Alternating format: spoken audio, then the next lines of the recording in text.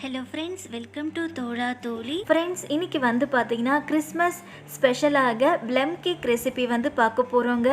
Oven இல்லாமல் முட்டை வெண்ணெயெலாம் சேர்க்காமல் அதிக நேரம் ஊற வைக்காமல் டக்குன்னு ஈஸியாகவே செஞ்சிடலாங்க ப்ளம் கேக். அது மட்டும் இல்லாமல் டேஸ்ட்டும் சூப்பராக இருந்துச்சுங்க, செம்ம சாஃப்டாக இருக்கும்.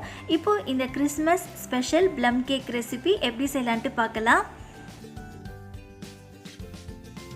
இப்போது ப்ளம் கேக்குக்கு கேக் பேட்டரில் சேர்க்க வேண்டிய பொருட்கள் பார்த்திங்கன்னா டூட்டி ஃப்ரூட்டி, பொடி பொடியாக நறுக்கின முந்திரி, பாதாம், வால்நட், உலர் திராட்சைகள், பேரிச்சம்பழம், அப்புறம் கருப்பு உலர் திராட்சை வந்து சேர்த்துக்கோங்க. டேஸ்ட்டு சூப்பராக இருக்கும்.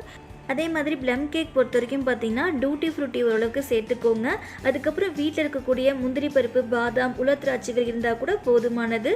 இதுக்கப்புறம் வந்து பார்த்திங்கன்னா சர்க்கரையை வந்து நம்ம கேரமலைஸ் பண்ண போகிறோங்க. இப்போது ஸ்டவ் ஆன் பண்ணிவிட்டு பேனில் ஃபஸ்ட்டு 1/4 கப் அளவுக்கு மட்டும் சர்க்கரை சேர்த்துட்டு நல்லா கலந்து விட்டுட்டே இருந்தீங்க அப்படின்னா சர்க்கரை வந்து நல்லா மெல்ட் ஆகிட்டு இந்த மாதிரி கோல்டன் ப்ரௌன் கலரில் வர ஆரம்பிக்கும். இந்த சமயத்தில் 1/4 கப் அளவுக்கு சுடுதண்ணி வந்து சேர்த்துக்கோங்க. நார்மல் வாட்டரை சேர்த்துட்டோம்னா கொஞ்சம் தெரிக்கிற மாதிரி இருக்குங்க. அதே சுடுதண்ணி சேர்த்திங்க அப்படின்னா உங்களுக்கு ஓரளவுக்கு தெரிக்காமல் இந்த மாதிரி உங்களுக்கு கரெக்டாக இருக்கும். அதே மாதிரி சுடுதண்ணி சேர்த்ததுக்கப்புறம் நம்ம கலந்துக்கும் போது சர்க்கரை வந்து லைட்டாக கட்டி பிடிச்ச மாதிரி இருக்குங்க. ஒரு 2 நிமிஷம் நீங்கள் கலந்துக்கிட்டே இருந்தீங்க அப்படின்னா சர்க்கரை எல்லாமே மெல்ட் ஆகிடும். இப்போ பார்த்தீங்கன்னா சர்க்கரை எல்லாமே நல்லா கரைஞ்சிருச்சுங்க. இப்போ நமக்கு கேரமல் சிரப் வந்து ரெடி ஆயிடுச்சு. இப்போ இந்த கேரமல் சிரப்பில் நம்ம எடுத்து வச்சிருந்த நட்ஸு எல்லாத்தையுமே இதில் அப்படியே சேர்த்துக்கோங்க. சேர்த்துட்டு நல்லா கலந்ததுக்கப்புறம் ஸ்டவ்வை கம்ப்ளீட்டாக சிம்மில் வச்சுட்டு ஒரு 5 நிமிஷம் நல்லா கொதிச்சு வரட்டும். நம்ம அதிக நேரம் நட்ஸ் எல்லாத்தையுமே ஊற வைக்கவே தேவையில்லைங்க. இந்த மாதிரி நல்லா கொதிச்சு வரும்போதே எல்லாமே நல்லா ஊறி வந்துடும். இப்போ பார்த்தீங்கன்னா இந்த அளவுக்கு நல்லா சுண்டி வர ஆரம்பிச்சிருச்சுங்க. இந்த சமயத்தில் ஸ்டவ்வை ஆஃப் பண்ணிவிட்டு 1/4 கப் அளவுக்கு நார்மல் தண்ணி வந்து சேர்த்துக்கோங்க. சேர்த்துட்டு நல்லா கலந்து விட்டுட்டு இது நல்லாவே ஆற வச்சுக்கலாம். இப்போ ஒரு பவுலில் 1/4 கப் அளவுக்கு ரிஃபைண்ட் ஆயில் வந்து சேர்த்துக்கோங்க. கூடவே அதே 1/4 கப் அளவுக்கு பால் சேர்த்துட்டு நல்லா ஒரு விஸ்கால இந்த மாதிரி நல்லா கலந்து விட்டுக்கோங்க. இப்போ ஓரளவுக்கு கலந்ததுக்கப்புறம் இது அப்படியே இருக்கட்டுங்க. இப்போ ஒரு மிக்சி ஜாரில் 1/2 கப் அளவுக்கு சர்க்கரை வந்து சேர்த்துக்கலாங்க. நம்ம 1 கப் மைதா எடுத்துக்கிறோன்னா அதுக்கு 3/4 கப் அளவுக்கு சர்க்கரை தேவைப்படும். நம்ம ஏற்கனவே 1/4 கப் சர்க்கரையை வந்து கேரமலைஸ் பண்ணி வச்சுட்டோம். இப்போது மீதி 1/2 கப் சர்க்கரையை வந்து சேர்த்துக்கலாம். இதுக்கப்புறம் ஸ்பைசஸ் வந்து பார்த்திங்க அப்படின்னா 2லேருந்து 3 பட்டை, 2 கிராம்பு, 3 ஏலக்காய், அப்புறம் சின்னதாக ஒரு துண்டு இடித்த சுக்கு வந்து எடுத்துக்கோங்க. சுக்கை வந்து பார்த்திங்கன்னா லைட்டாக தட்டிட்டு நீங்கள் இந்த மாதிரி எடுத்து வச்சுக்கோங்க. இப்போ இது எல்லாத்தையுமே இதில் சேர்த்துடலாம். ப்ளம் கேக்குக்கு இந்த ஸ்பைசஸ் வந்து ரொம்பவே டேஸ்ட்டாக இருக்குங்க. இப்போ சேர்த்ததுக்கப்புறம் எல்லாத்தையுமே நல்லா பொடி பதத்துக்கு இந்த மாதிரி அரைச்சி எடுத்துக்கோங்க.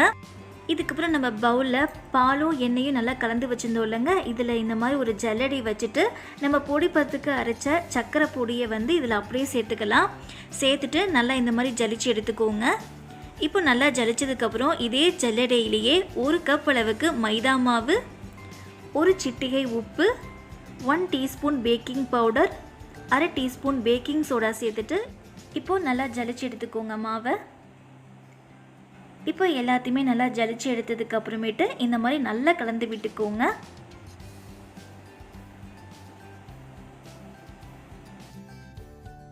இப்போ நல்லா கலந்ததுக்கப்புறம் நம்ம ஆற வச்சிருந்த கேரமல் சிரப்போட இந்த நட்ஸு எல்லாத்தையுமே அப்படியே இதில் சேர்த்துக்கோங்க. கூடவே 1/2 டீஸ்பூன் அளவுக்கு வெனிலா எசன்ஸ் சேர்த்துட்டு நல்லா கலந்து விட்டுக்கோங்க. இப்போ கேக் பேட்டருக்கு கரெக்டாக இருக்குங்க நம்ம சேர்த்த அளவுகள் எல்லாமே. இப்போ கேக் பேட்டர் வந்து தயாராகிடுச்சு. இதுக்கப்புறம் கேக் டின்னில் லைட்டாக எண்ணெய்லாம் அப்ளை பண்ணிவிட்டு பட்டர் பேப்பர் அப்படியே வச்சுட்டு மைதா மாவை இந்த மாதிரி டஸ்ட் பண்ணி எடுத்து வச்சுக்கோங்க. இப்போது கேக் டின்னில் கேக் பேட்டரை வந்து அப்படியே சேர்த்துக்கலாம். சேர்த்ததுக்கப்புறம் இதுக்கு மேலே நட்ஸு, டியூட்டி ஃப்ரூட்டி இந்த மாதிரி எல்லாத்தையுமே ஸ்ப்ரிங்கிள் பண்ணிக்கோங்க. இதுக்கப்புறம் ஸ்டவ் ஆன் பண்ணிவிட்டு குக்கரை 10 நிமிஷத்துக்கு முன்னாடியே நான் ப்ரீ ஹீட் பண்ணி வச்சுட்டேங்க. இப்போது நம்ம கேக் டின் அப்படியே இதில் வச்சுட்டு எப்பயும் போல் கேஸ்கெட் விசில்லாம் போடாமல் இப்போ ஸ்டவ்வை கம்ப்ளீட்டாக சிம்மில் வச்சுட்டு 45 நிமிஷம் பேக் பண்ணி எடுத்திங்கன்னா இந்த மாதிரி சூப்பரான ப்ளம் கேக் வந்து நமக்கு அருமையாக ரெடி ஆகிடுங்க.